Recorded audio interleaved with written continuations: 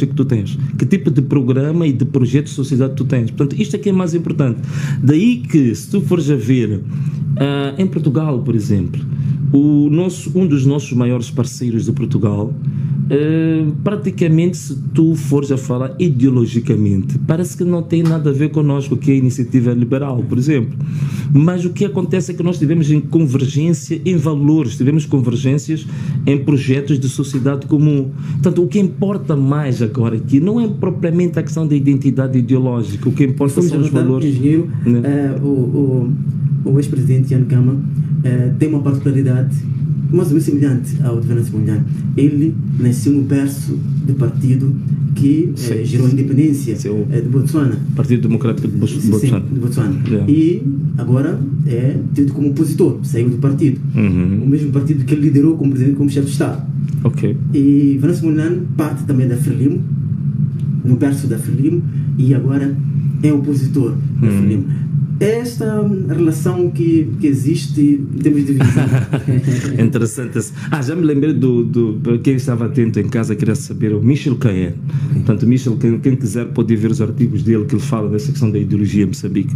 Mas agora, em relação a essa questão que estás a levantar, sim, há um percurso, olha, há uma identidade muito grande que eu tive com o presidente Khama, porque não só a questão dele ter, digamos, surgir, digamos assim, como um produto, um rebento dentro do partido fundador da nação. O pai foi o primeiro presidente. Foi o primeiro presidente do Botsuana, o primeiro presidente também do Partido Democrático de Botsuana, ser esse Khama.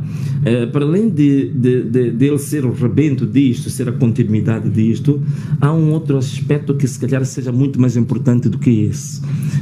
A forma como ele defendeu os valores da integridade, os valores da verdade e da justiça, acima dos valores da identidade partidária. Isto é extremamente importante. Veja só, o Ian Khama, ele é filho do fundador da nação e do partido, mas quando ele notou que este partido estava a desviar-se dos valores mais nobres do Botsuana, que se viram na fundação desta grande nação, ele teve a ousadia de separar-se deste partido e apoiar um projeto político da oposição. E isto, para mim, é de uma nobreza incrível. Significa que é alguém que diz claramente: os meus valores, as minhas convicções, os meus princípios, o meu sentido de missão nunca pode ser beliscado por causa de uma identidade partidocrata. Não é um partido que vai adulterar os meus princípios, aquilo que eu defendo como homem, como cidadão. Então isto é extremamente importante, e eu acho que mais ou menos nessa parte também temos alguma similaridade. Portanto, eu venho praticamente eu nasci numa família ligada ao Partido Frelimo, e até lembro-me quando o vovô Boaventura Boane chegou lá a casa, só me mandou tirar a foto, nem me disse para quê, colou a foto no cartão, disse para eu assinar, entregou-me o cartão da Frelimo. Quer dizer, não era um assunto para discutir na minha família, aquilo era copy-paste, era dogmático que tinha que ser membro do Partido Frelimo. Portanto, mas quando eu começo a ganhar uma consciência política própria, começo a ter uma visão própria sobre o mundo, e eu cheguei à conclusão de que, afinal de contas, a Frelimo não é aquela torre de marfim que eu sempre pensei que fosse. Eu sempre tomei a Frelimo como se fosse uma espécie do ideal político no mundo, mas depois descobri que, afinal de contas, tinha muitas fragilidades, e comecei internamente, ainda como membro da Frelimo.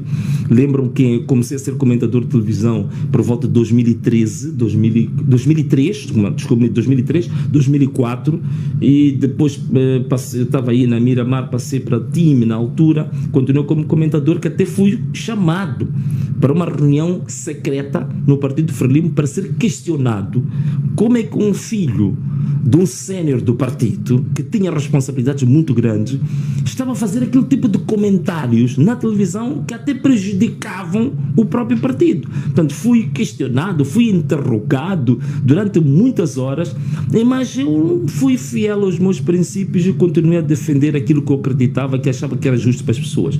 E depois saí, fui para outras opções políticas. Há pessoas que dizem assim, o Venâncio não tem identidade ideológica, anda a saltar de flor em flor, de partido em partido. Eu acho que esta é a minha grande, posso dizer que é a minha grande virtude. Significa que eu salto de flor em flor, eu salto de partido em partido, mas é uma coisa que eu nunca mudei. São os princípios, são os valores, são, digamos assim, aquilo que eu acredito que é o sentido de justiça de verdade. Agora, há pessoas que estão no mesmo partido, mas que estão sempre a mudar de valores, estão sempre a mudar de princípios, adulteram-se, corrompem-se e por aí fora. Então não adianta muito um tipo de postura como essa. Bem, vamos hoje dar primazia aos nossos internautas. Vou pedir à minha colega Liliana Mangov para ler algumas perguntas que os nossos internautas têm. Espero que as condições de áudio estejam em perfeitas condições. Liliana Mangov, vou assim. Quais são as perguntas neste momento? Podem avançar dos nossos internautas que estão a acompanhar este podcast. Está em direto. Certo. A primeira pergunta é do Sr. Samuel Mukanza. Ele diz o seguinte: gostaria de saber se a Renamo Sênior não tem me contactado para presidir a Renamo, visto que a Renamo agora tem crise de liderança. E a minha percepção é que Venâncio Mondlane é o único que pode trazer a Renamo de volta. Essa é a primeira questão. A segunda questão é do Sr. Adelino Silva Júnior, de Gaza Shopway, que pergunta se o engenheiro Venâncio Mondlane sente-se ameaçado com os processos. Em mais uma, só para fechar esta primeira ronda, consiste em saber se é verdade que a família do engenheiro Venâncio Mondlane, esposa e filhos, vivem no estrangeiro. Se sim, por quê? Muito bem, vimos as primeiras perguntas feitas aqui ao engenheiro.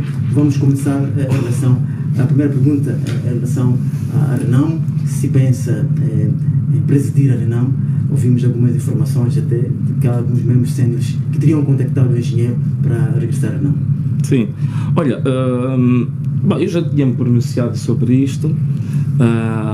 Eu estou muito grato a Renamo porque foi um dos partidos onde eu, digamos assim, desenvolvi bastante experiências, muito conhecimento sobre a política, e se calhar onde eu amadureci politicamente. Mas eu entendo que é um percurso, é uma etapa, e neste momento, como eu disse, eu vou para um projeto político próprio. Já informei que vamos submeter o nosso projeto de partido. É provável que há de haver muitas barreiras, mas nem por isso vamos desistir. Temos um projeto genuíno, que nós queremos criar um projeto genuíno em Moçambique, que vai ser algo extraordinariamente desafiante, não só para nós, mas também para os moçambicanos, porque há de ser algo que vem desafiar toda a história partidária em Moçambique, e isso vamos avançar. Portanto, está fora de hipótese. Tenho muito carinho pela Renamo, amadureci politicamente na Renamo, aprendi muito, mas neste momento tenho uma perspectiva pessoal e uma outra visão de como avançar para o futuro.